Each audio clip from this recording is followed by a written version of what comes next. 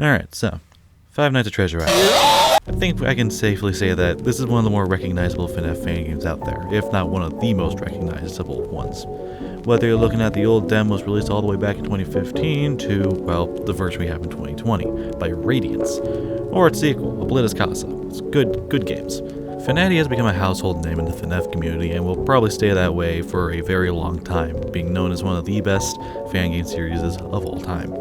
Wasn't always like that though. Before the full version released in 2020, FNaTI was in a bit of a funny state. I think it's called development hell, specifically. While the old version of FNaTI was pretty well known and got a lot of attention from really everybody, including people like Markiplier, it never really got out of its demo stage because the main developer, Anarch, kinda lost motivation to work on the game.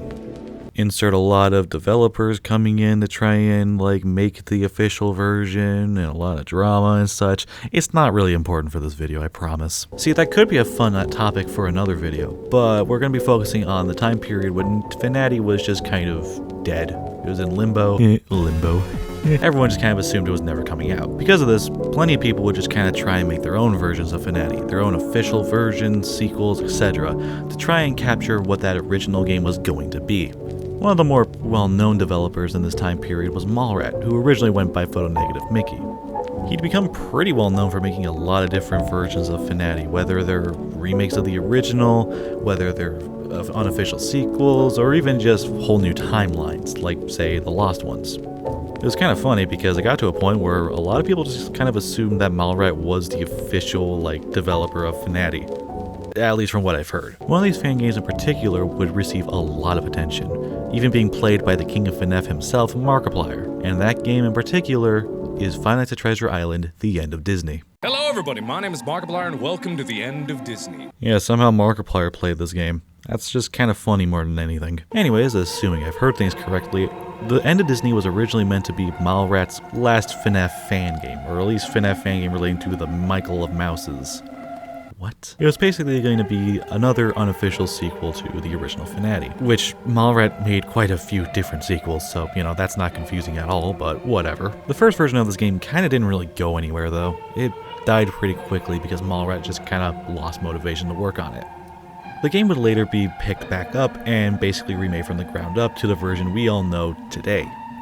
And yes, technically that first version is playable, it is on Mallrat's Game Jolt and all that, even though it's a 2-night demo, but Are you completely retarded? It's certainly a thing that exists. So for this video, we're just going to be focusing on the version we have today, The End of Disney. Let's do it. Opening up the game, we get this nice little title screen with this slow, echoey piano theme playing, of course, in a small world. Because Five Nights at Treasure Island. Seriously though, that song is just not that good. I don't know why people keep using it everywhere. Oh yeah, and I guess there's this Mickey Mouse guy. He, he exists. Alright, hopping into night one, we get a wall of text. Yippee. These are basically just gonna be your phone calls for the entire game. I know that there was supposed to be phone calls, but Are you completely retarded? yeah, I can kind of see why they didn't go with phone calls. These just kind of act like how you would expect these phone calls to be like. They just kind of give you a bit of background information and tell you how everyone works. That being said, I want to bring up something important to any FNAF game. The lore, the plot, the stuff that everyone gets confused about. What is the story for this game in particular? You're playing as Greg from the original FNaTI, and he's just in Treasure Island for some reason. No real reason given, he's just kind of there. And because this is a Five Nights at Freddy's fan game, he's not allowed to leave until 5 nights later, when a boat arrives at the island to come and pick him up. 5 nights later.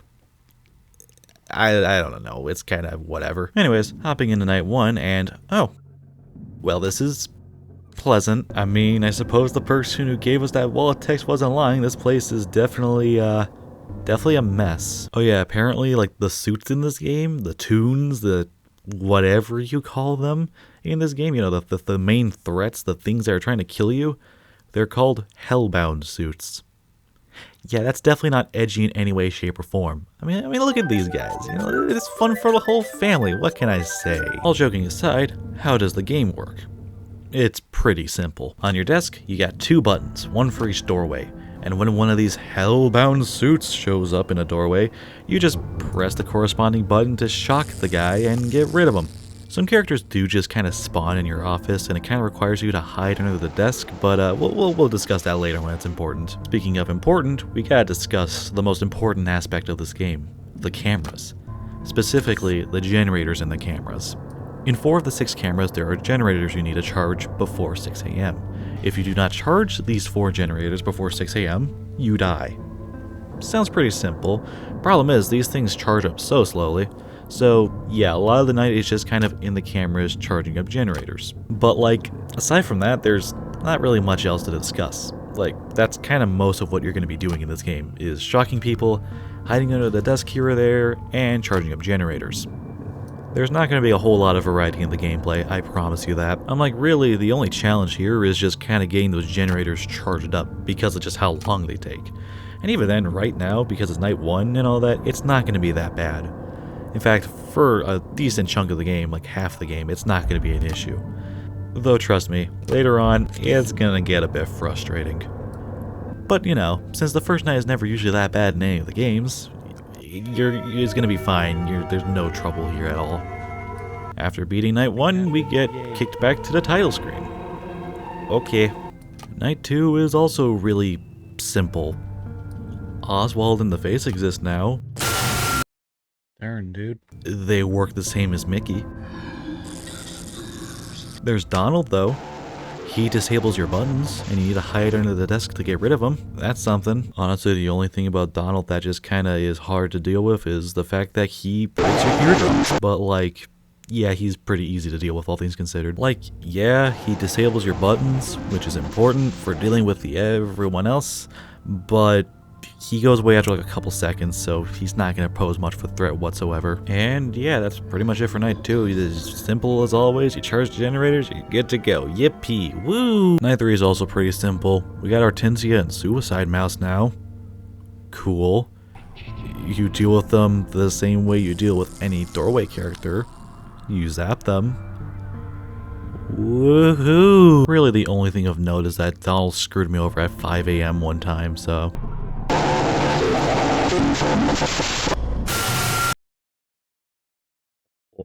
That's a load of bullcrap. Alright, cool. Thanks, game. You know, I don't like you, Donald. Frick you. Honestly, the one thing that makes Night 3 stand out in this game is the fact that afterwards, you go to Pirate Caverns. Yay. Apparently, there's some sort of 3rd floor you need to go to. And that's kind of the only reason you're going down there in the first place.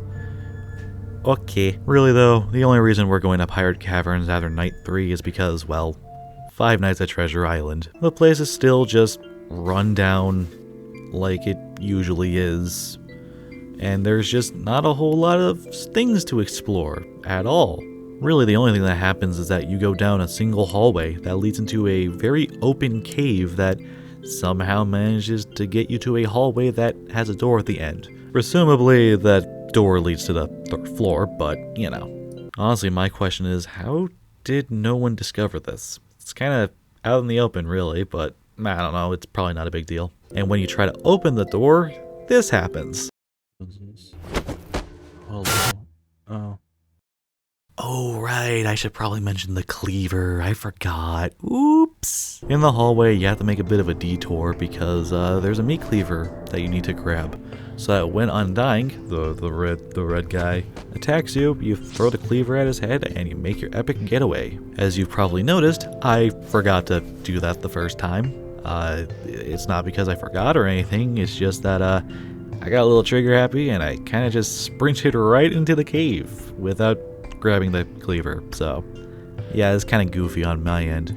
And of course, when you die here, you don't start back at Pirate Caverns, you start at the beginning of Night 3 all over again, so even better. In fact, if anything, I could actually kind of see this being a bit of an issue because the game doesn't really say anything about grabbing the cleaver or any kind of weapon. It just kind of tells you, yeah, go find this 3rd floor.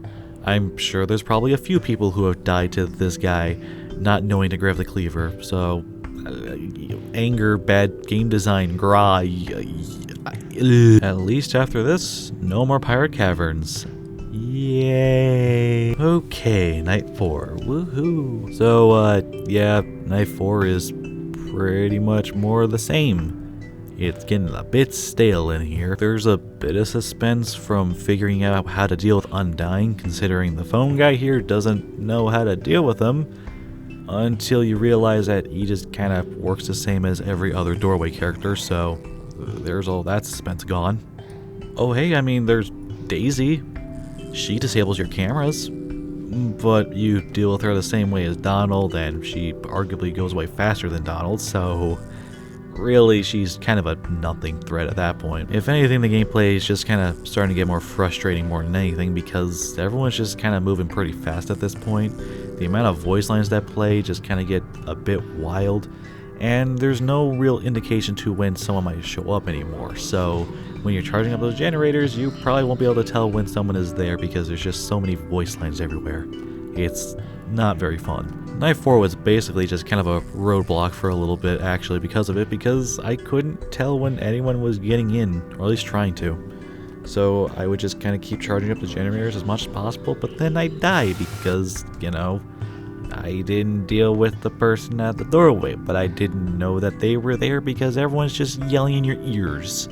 It's not the most fun thing in the world. Honestly, the main reason I got through this night was because of a little strategy I found, I guess. Basically, for the first little bit of the night, just charge up that first generator as much as possible. When people start moving, check the doorways, charge up a single section of a generator, check the doorways again, rinse and repeat until you beat the night, basically. I mean, hey, it made me think. It made me think of an idea of how to deal with this problem. Once I did, it became pretty easy, but at least it's something. It's just a shame that this doesn't quite work for the next night. Yippee! Alright, night 5, the last night in the game. How bad can it really be? It's really not that bad overall, actually. But I have issues with it. First things first, I think the phone guy is dead. Is he dead? He might be dead. He's probably dead, 100%. Possibly. I'm not sure. Who killed him? Well, it's probably our last character. Who is this character we have to face off in our final night? This thing. You wanna know what this thing is named? God. That's the name of the character. What? Apparently this character was actually gonna be a thing in the original FNaTI, but like, yeah. It is kind of weird. Actually, wait, considering that this is the end of Disney, all the suits are Hellbound suits. Would that technically make this Hellbound God? You know, that's definitely a phrase I never thought I'd say. I think we're just going to move on. Interestingly enough, despite the grand entrance this character has, she is unironically the easiest character to deal with in the entire game. Like, seriously. How does God work in this game? She just kind of pops up after you flip down the camera, and you hide under the desk for like a single second, and she goes away. And that's it. Like really, all you need to do is just tap the shift key, and you're good to go. It's nothing. She doesn't even have a strict kill timer or anything. Her kill timer is actually pretty forgiving, all things considered. You have to basically try and die to her, so, you know, that's kind of a shame for the last character, but whatever, I guess. But yeah, she's definitely the least of our concerns here, don't worry. Really, the big issue here is that you need to have all of those generators charged before 5 a.m. Yeah, 5 a.m., not 6 a.m. This night is special. You have to have all 4 generators charged by 5. Now, really, that normally wouldn't be a big issue, but by night 4, it's been pretty clear that you're not going to have too much time to charge up the generators.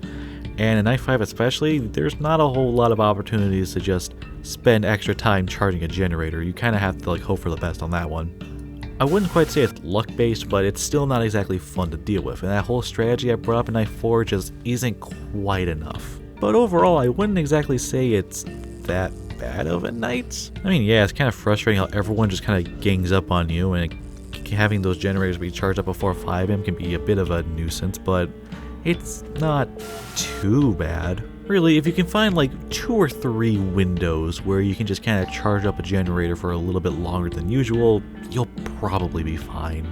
But then, assuming you've charged up all the generators, when 5 a.m. hits, Alright. Yabba dabba doo.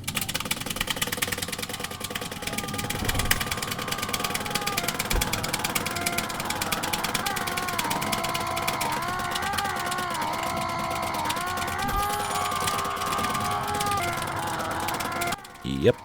You're just spamming the spacebar for like a solid minute. Yeah. This is a thing. Why would you do this? This isn't fun. This is just painful. Oh, and yeah, if you go too slow on the spamming, you die.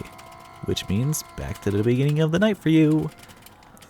Yeah, it's not fun. It's really stupid to add this at the end of a night like this, and it's just not. It's not good. It's bad. Ew. But hey, assuming you don't break your fingers, I mean, if you get away, the game is over. Credits roll, and you're done. There's no post-credits scene, no real conclusion to things. It's just, you know, there's credits. There's a nice cover of It's a Small World. It sounds good. Disney's no more, apparently, because this is the end of Disney, everybody. And yeah, with that, that's pretty much the end of the game. There's no extra nights or anything. There's just some extras with, well, not much in them. You just kind of see renders of the characters as well as V1 models compared to V2 models. That's basically it. Oh yeah, and I guess there's jump scares as well, but I forgot to record those initially, so, you know, I forgot they were there. With a nice big old red star by my name, I think it's safe to say we're done here, and we should probably go ahead and wrap this up. So overall, this game is certainly something. I don't know if I would say it's an awful game per se, but it's definitely not that great either. The game is just an older FNaF fan game. It was fine for the time, but it just really hasn't aged well. The gameplay itself gets boring pretty quickly and really doesn't change all that much, which is kind of an issue in a game like this. And the game itself just looks, well, it's not that bad, though I can definitely see why people might not vibe with the theme all that much. In general, after playing it, I just kind of don't feel much of anything. Aside from broken fingers, but, you know, shush. That being said, while I did have my issues with it, I mean, it's not the worst fan game ever. I can see why people might actually really like this game as well, so, you know, there's that.